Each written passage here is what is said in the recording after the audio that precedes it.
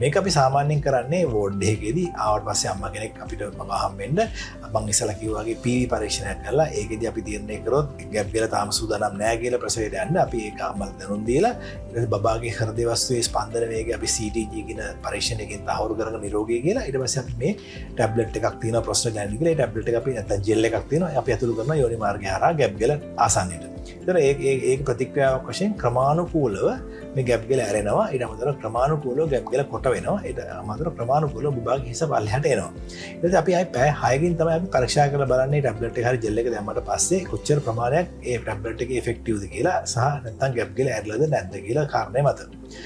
ඒකම පරීක්ෂා කරන්නේ සමහර අම්මලාට මේ පෙත්ත දැම්මම නැත්නම් මේ ජෙල් එක දැම්මම අධික ලෙස මේ පේන්ස් එන්න නැත්නම් කන්ට්‍රැක්ෂන්ස් එන්න නැත්නම් ලේබර් පේන්ස් එන්න පුළුවන්. ඒක ඒ තරම් හොඳ දෙයක් නෙමෙයි.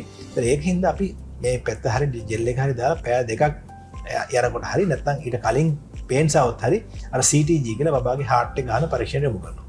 ඒකෙන් මුකුත් ප්‍රශ්නයක් නැත්නම් අපි අම්මට ඒ සාමාන්‍ය විදිහට කාලා බීලා ඉන්න කියලා බබාගේ මූවමන්ට්ස් ගැන නැත්නම් අපේ බබාගේ චලන රටාව ගැන පොඩ්ඩක් අවධානයෙන් ඉන්න කියලා පැය 6කට පස්සේ ආයෙ පාරක් PV එකක් කරලා නැත්නම් යෝනි මාර්ගය හරහා කරන පරීක්ෂාවක් කරලා පරීක්ෂා කරලා බලනවා කොහොමද මේ ඇරලා තියෙනවද නැද්ද කියලා. ඇරිලා නැත්නම් අපිට තවත් පුළුවන් තවත් මේ ටැබ්ලට් එකක් දාන්න දාලා මේක ඉම්ප්‍රූව්මන්ට් එකක් එනවද කියලා බලන්න.